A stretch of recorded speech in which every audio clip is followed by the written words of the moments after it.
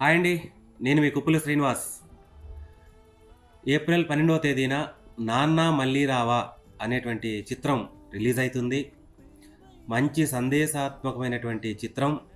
'నాన్న మళ్ళీ రావా' అంటే అసలు నాన్న ఉన్నాడా? నాన్న లేడా? ఉంటే ఎక్కడికి వెళ్ళాడు?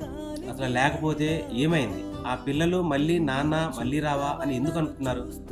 అసలు ఆ నాన్న ఉన్నప్పుడు ఏం చేశాడు? నాన్న లేనప్పుడు వాళ్ళకి ఏం అర్థమైతుంది ఆ పిల్లలకి? అనేటువంటి మంచి చిత్రం అనేది ఈ నెల 12వ తేదీన విడుదల కాబోతుంది థియేటర్స్‌లలో. ప్రతి ఒక్కరు చూడాలి. ఎందుకంటే ఫ్యామిలీతో చూడవలసినటువంటి చిత్రం ఇది. ఒకప్పుడు మనం 'మాతృదేవోభవ' చూసాం. కన్నీళ్లు కార్చాం. ఎంతో అర్థమైనది ఆ సినిమా. కుటుంబం అంటే ఏంటి? అమ్మ అంటే ఏంటి? నాన్న అంటే ఏంటి? పిల్లలు ఎట్లా ఉండాలి? అనేటువంటి చిత్రం అది. అలాగే ఇప్పుడు 'నాన్న మళ్ళీ రావా' అంటే నాన్న విలువలతో కూడుకున్నటువంటి సినిమా ఇది. చాలా బాగా డైరెక్ట్ చేశారు ఉమారావు గారు.